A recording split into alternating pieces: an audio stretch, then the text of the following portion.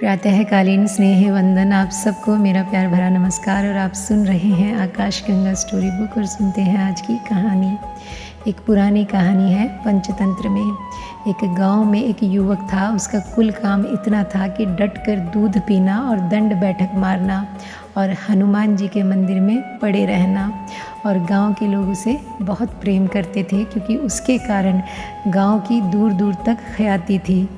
उस जैसा पहलवान नहीं था और उसको कुछ काम भी नहीं था और बस दूध पीना, दंड बैठक मारना और हनुमान जी का सत्संग करना।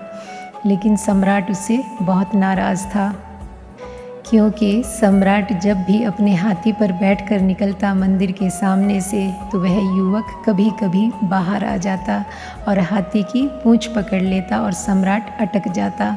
हाथी ना चल पाए, ऐसा उस युवक का बल था।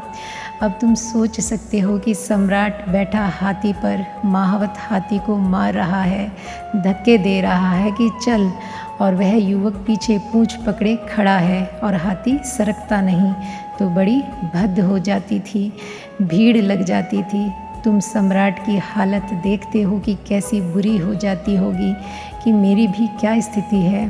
हाथी सही अपने पास मगर किसी काम का नहीं। आखिर सम्राट ने एक फ़कीर से कहा कि कुछ रास्ता बनाना पड़ेगा क्योंकि बाहर निकलने में मैं डरता हूँ कि कहीं वह युवक ना मिल जाए।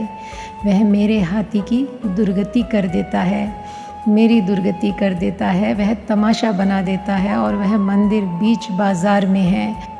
एक ही रास्ता है, वहाँ से गुज़रे बिना बनता भी नहीं है। कहीं भी जाओ तो वहीं से गुज़रना पड़ता है और उस युवक को कोई धंधा भी नहीं है, कोई काम भी नहीं है, बस वह वहीं बैठा रहता है हनुमान जी के मंदिर में। मैं इतना डरने लगा हूँ कि मैं पहले खबर करवा लेता हूँ कि वह युवक मंदिर में है कि कहीं गया हुआ है। वह कहीं जाता भी नहीं है, बस या तो दंड बैठक मारता रहता है या दूध पीता रहता है। बस हनुमान जी और वह सत्संग, क्या करूं? उस फ़कीर ने कहा कि फ़िक्र ना करो, तुम एक काम करो, युवक को बुलवाओ। युवक बुलाया गया। फ़कीर ने कहा कि देख, कब तक लोगों पर निर्भर रहेगा? किसी दिन अगर लोगों ने खिलाना पिलाना बंद कर दिया फिर तेरा क्या होगा? युवक ने यह कभी सोचा ही नहीं था कि फिर क्या होगा। फिर कभी सवाल ही नहीं उठा था उसके मन में। फुर्सत कहाँ थी फिर इत्यादि की। उसने कहा कि यह मैंने कभी सोचा ही नहीं। तो उस फ़कीर ने कहा कि सोच, नहीं तो बाद में मुश्किल में पड़ेगा। जवानी हमेशा थोड़े ही रहेगी, आज है कल ख़त्म हो जाएगी। आज लोग खिलाते पिलाते हैं क्योंकि गांव की प्रतिष्ठा है कि हमारे पास पहलवान है। ऐसा पहलवान कहीं भी नहीं, मगर कल तू बूढ़ा हो जाएगा, फिर क्या होगा? सुन मेरी, सम्राट राज़ी है, तुझ पर बहुत प्रसन्न है। वह तुझे 1 रुपया रोज़ देने को राज़ी है। उन दिनों चांदी का 1 रुपया 1 महीने के लिए काफ़ी था। 1 रुपया रोज़ देने को राज़ी है, मगर एक छोटा सा काम करना पड़ेगा। उस युवक ने कहा कि काम तो मैं कुछ जानता ही नहीं।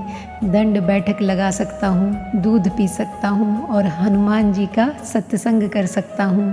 काम मैं कुछ और तो जानता नहीं, पढ़ा लिखा भी ज़्यादा नहीं, बस हनुमान चालीसा, वह भी मुझे याद है। वह भी मैं पढ़ नहीं सकता, तो काम मैं क्या करूँगा? फ़कीर ने कहा कि काम ऐसा देंगे जो तू कर सकता है। बड़ा सरल काम है। रोज़ सुबह 6 बजे मंदिर का दिया बुझा दिया कर और रोज़ शाम 6 बजे जला दिया कर। इसका तुझे 1 रुपया मिलेगा।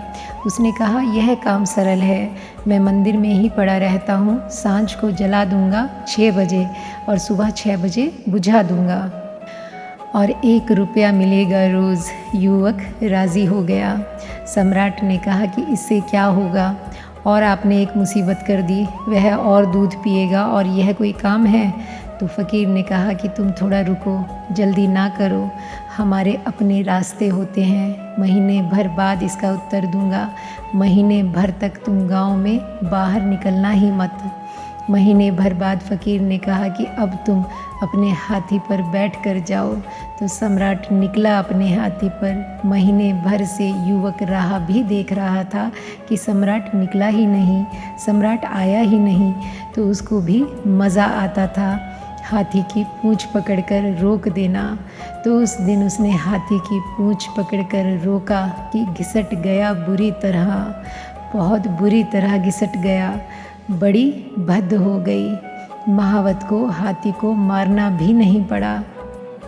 हाथी ने युवक को बड़ी बुरी तरह से घसीट दिया। सम्राट ने फ़कीर से पूछा कि तुमने क्या किया? मैं तो सोचता था कि उल्टी हालत हो जाएगी। उसने कहा कि नहीं, इसको मैंने फ़िक्र में डाल दिया। अब इसको एक चिंता बनी रहती है कि 6 बजे कि नहीं बजे। यह बार बार लोगों से पूछता है कि भाई कितने बजे हैं? 6 तो नहीं बज गए। रात भी चैन से सो नहीं पाता। 2-4 दफ़े उठ आता है कि 6 तो नहीं बज गए।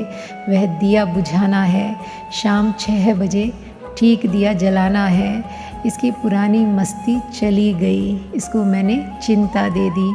इसकी मस्ती चली गई, इसका बल चला गया।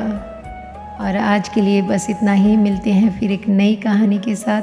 तब तक के लिए thank you God and thank you universe.